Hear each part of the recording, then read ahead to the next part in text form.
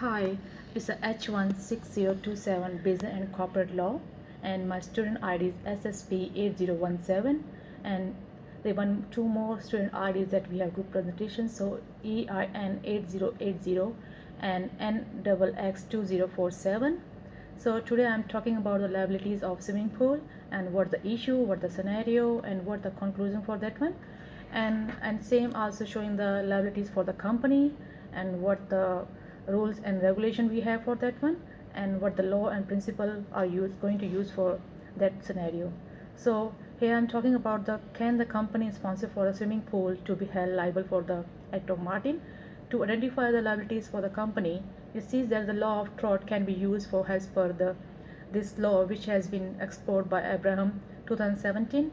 It is identified that employee may be held responsible for the act of employee, and moreover application for the law and principle identifies also as per this application tort law and the evidence from the case study which has been conducted. It is identified that when the employee was able to contribute a revenue, a portion of the earning also went to company and or employee. So including on that is conclusion I can reach, any contract or deal signed by the customer would have been engaged either the company or the employee.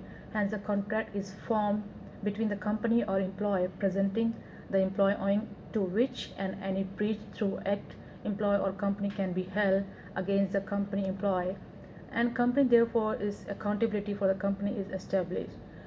Can the next scenario is, can the company not be held liable for the act of employee that Martin did? So one of the guiding principle for the which can eliminate responsible of the company for the act employee is the Civil Liabilities Act 2002. As per the act present in clause is 5Q of the act, and various liabilities persist in employers. So the altogether conclusion for that scenario is, keeping in a view of decision which has been presented, it is identified that based of the Civil Liabilities Act 2002, the company cannot be held liable for the case. Thank you. Hello, this is H16027 Business and Corporate Law. My name is Atma Ram and my student ID is EIN8080. My other two group members are Hapinder Kotur and Vakas Iftikhar. As Hapinder Kotur had discussed her own idea, a view on the case study, while I'm going to present my own part, which is divided into two subparts, and those are liability of the employee for his act in the relation with the employer, and second one is the breach of law in the act of Martin to set up his own business. First of all, I'm going to discuss about his liability of the employee for his act in the relation with the employee. First of all, the issue were identified and it is believed to be as a crime. Therefore, the liability of the employer needs to be ascertained. Now, the rules applicable to the scenario is identified by the Harrison that each situation pertaining to the crime at the workplace can be gauged by the act. However, in this case, it is identified that there are no any certain damages identification of the damages which can be caused to the customers. While the past discussion sheds light on the vicarious liability of the employer may also have the scope of claiming damages based on the negligent work attitude of the employee. Now, the application of the rule to the scenario were identified as three possible rules to the scenario were, first of all, Martin was the employee of the company, was found to be providing misleading information to the customer. Therefore, the first legal issue is identified as per the views of Luntz.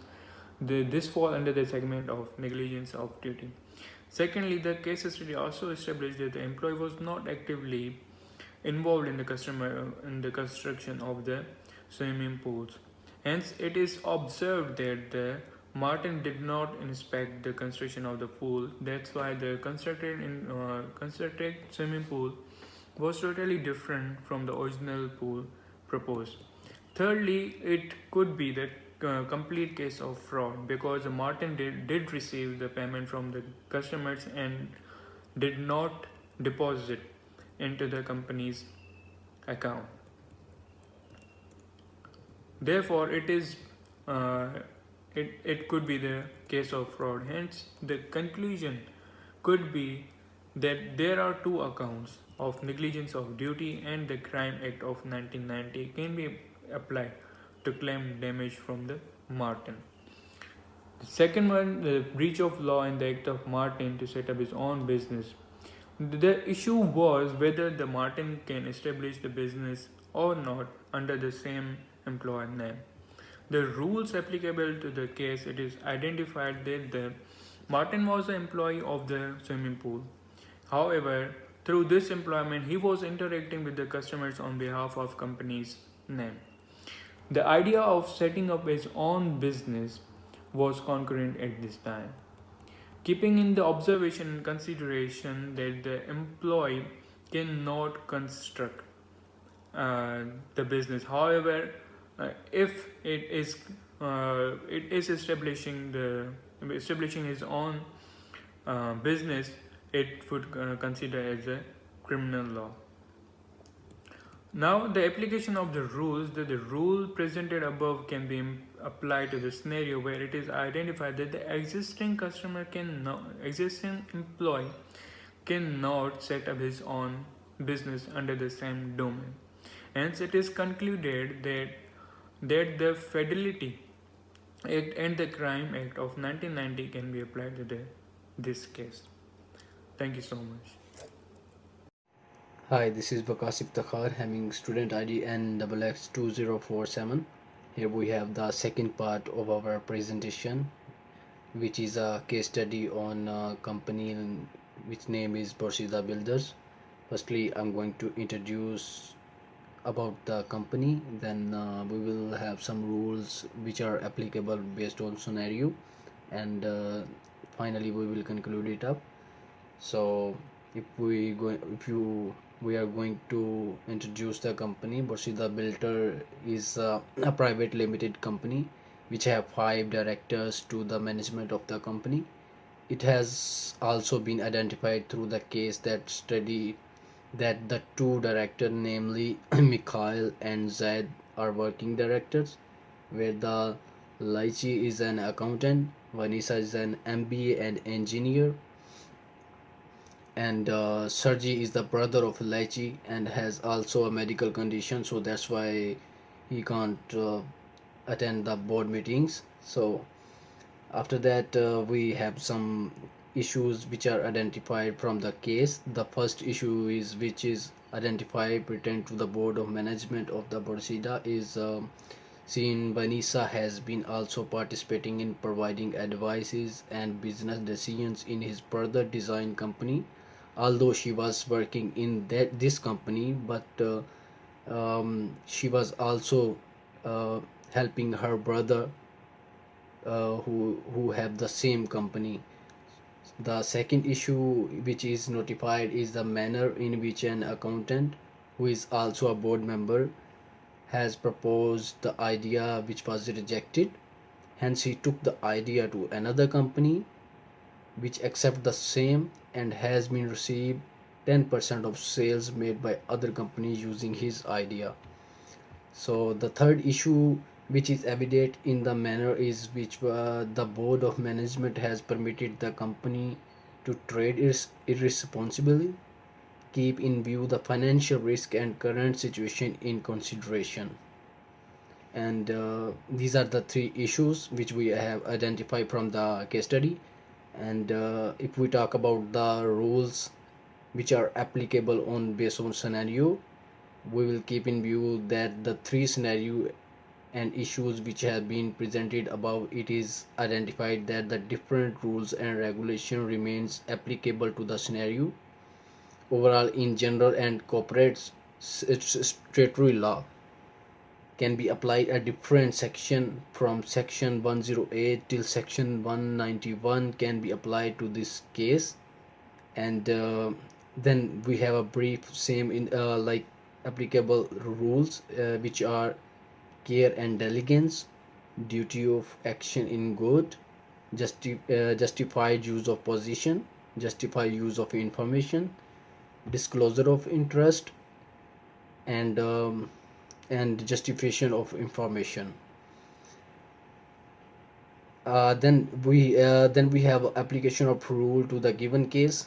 When the rules presented above are applied to the case being evaluated, the following observation can be made.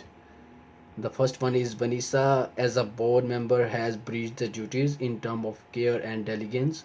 Also the term of conflict of interest has been identified. The duty act is good faith has also been violated. And when we talk about the Zaid has used his power and position to the personal advantages. The board of the company was used to seat his brother who has not been able to actively contribute to the business. Again, it is also seen that the financial strength of the company has been limited, and yet company has decided to pay 9C. Again, this show the violate of acting in a good faith. When we talk about the Lechi accepted the offer of profit from the company, and therefore a clear violation of the duty has been identified. And finally, we have a conclusion. If we conclude this case, it is therefore conclude that the board member has breached their rules and duties, and while Vanessa despite a conflict in interest and lack of care and negligence. Vanessa is also showing non-justified use of information and position. Zed has exploited his position and the duty to act in good faith. Lechi has also breached the duty to act in good faith and misused the information held by him. That's all from my side. Now, that's the end of our project. Thank you so much for watching. Have a good day.